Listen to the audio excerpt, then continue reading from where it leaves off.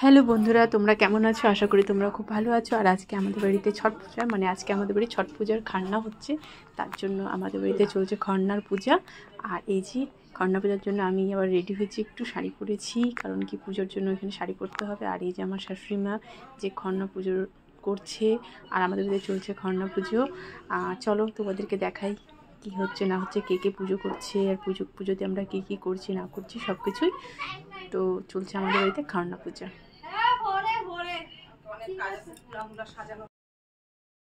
আর এই ছট পূজার জন্য আমাদের বাড়িতে ছোট্ট করে ডেকোরেশনও করা হয়েছে, তো চলো তোমাদেরকে দেখাই। এই যে আমাদের বাড়ির ছোট্ট ডেকোরেশন কেমন হয়েছে, লাইটিং আর সাজানো হয়েছে আমাদের বাড়িকে কেমন লাগছে। তোমরা কিন্তু আমাদের বাড়ি কেমন লাগছে এটা কিন্তু আমাকে নিশ্চয়ই জানাবে।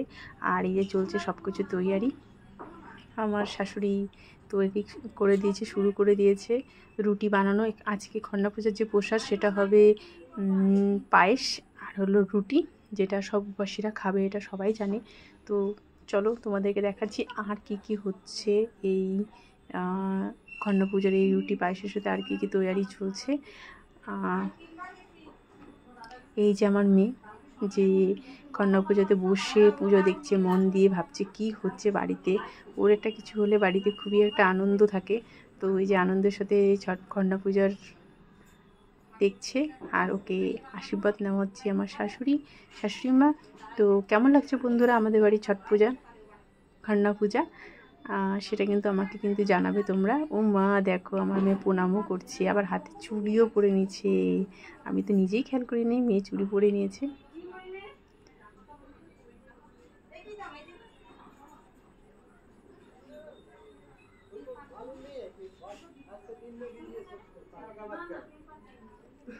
আর তোমরা জানো যে খরনা পূজার সাথে সাথে চলে সিঁদুর পরানো। প্রত্যেকজনকে 5 জন করে মহিলাদেরকে সিঁদুর পরাতে হয়। আর আমার সেটা জানা ছিল না যে 3 বার করে পরানো হয়। তো যাই হোক, অনেকক্ষণ ধরে আমাদের বাড়িতে এই সিঁদুর পরানো চললো। একে অপরকে সিঁদুর পরানো হচ্ছে, দেখতে পাচ্ছ। খুব ভালো লাগছিল সত্যি। বিশেষ করে বাড়িতে একটা পূজা পার্বণ হলে যে কতটা আনন্দ হয় সেটা তো তোমরা সবাই জানো। সত্যি বাড়ির পরিবেশটাই মনে হয় একদম চেঞ্জ হয়ে যায়। আর তার সাথে পুজোরও কিন্তু জোরসোরে তৈয়ারি হয়েছিল। এই যে আমাদের মাম্পিদি, যাকে আমরা কাঞ্চি বলি ভালোবেসে, তারপর আমাকেও পরানো হলো। দেখো আমি কিন্তু কোনো উপাস করিনি, বাট আমিও শাড়ি পরে, নতুন শাড়ি পরে, কারণ কি পুজোর একটু কাজ করে দিলাম সব উপাসীদের সঙ্গে, তার জন্য আমিও একটু শাড়ি পরে, নতুন শাড়ি পরে রেডি হয়ে গেছি। আর আমাকেও সিঁদুর পরানো হচ্ছিল, সত্যি খুব ভালো লাগছিল, মানে হচ্ছে একটা সিঁদুর খেলার মতন ব্যাপারটা হয়েছিল। দারুণ মজা হলো সত্যি আমাদের খরনা পুজোতে, সেটা আর কি বলবো। খুব মজা করলাম। যে প্রত্যেক বছরই আমাদের বাড়িতে ছট পূজা হয়ে থাকে। এটা আজকের থেকে না, বিগত 40 বছর থেকে আমাদের বাড়িতে এই ছট পূজা হয়ে আসছে।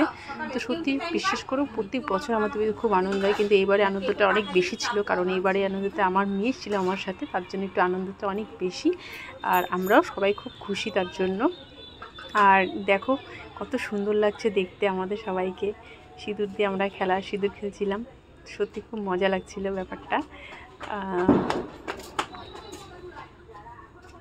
আর এই যে রিয়া, যে খুব এক্সাইটেড ফটো তোলা নিয়ে আর ভিডিও করা নিয়ে।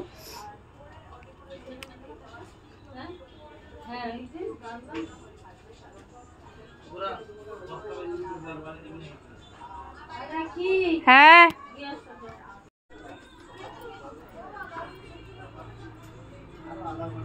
তোমাদের কেমন লাগছে বন্ধুরা? আমার তো খুবই ভালো লাগছে, আমরা তো খুবই মজা করলাম। কিন্তু তোমাদের কেমন লাগছে? তোমরা কিন্তু আমাদের বাড়ি খরনা পুজো কেমন লাগলো তোমরা কিন্তু আমাকে নিশ্চয়ই জানাবে।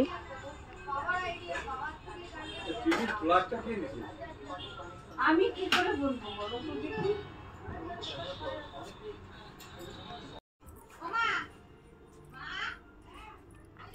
অনেকক্ষণ ধরে চললো আমাদের এই সিঁদুর খেলা, সিঁদুর দান করার পর্ব, যা আমরা একে অপরকে অনেকক্ষণ ধরে পড়ালাম। সত্যি খুব মজা করলাম, দারুণ মজা হলো আমাদের কিন্তু।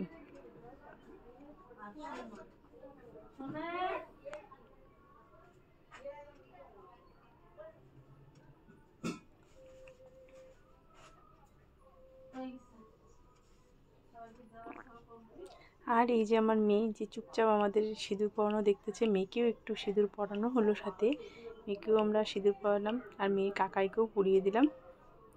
তো বন্ধুরা, তোমাদের কেমন লাগছে? আমরা তো সেই মজা করলাম।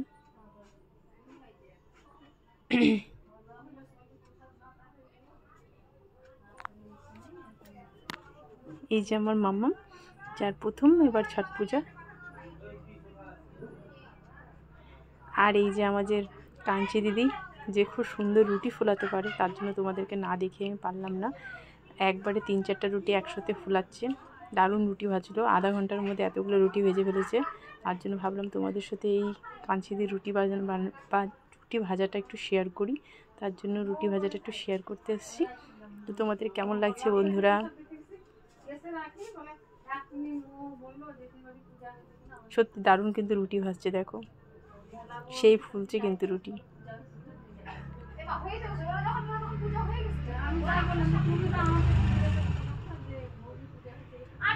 সো ফাইনালি আমাদের রুটি ভাজা হয়ে গেছে কমপ্লিট, আর আমরা সবাই বসে আছি, এটা লাস্ট রুটি। তারপরে আমাদের প্রসাদ দেওয়া হবে। এইভাবে করে কিন্তু আমাদের বাড়ির যে আজকে খরনা পূজা ছিল সেটা সমাপ্ত হয়ে গেল। আর কালকের জন্য আবার তৈয়ারি, কালকে আমাদের ঘাটের বিকাল ঘাট। তোমাদের কেমন লাগলো আমাকে জানাবে, তোমাদের সাথে আবার দেখা হবে।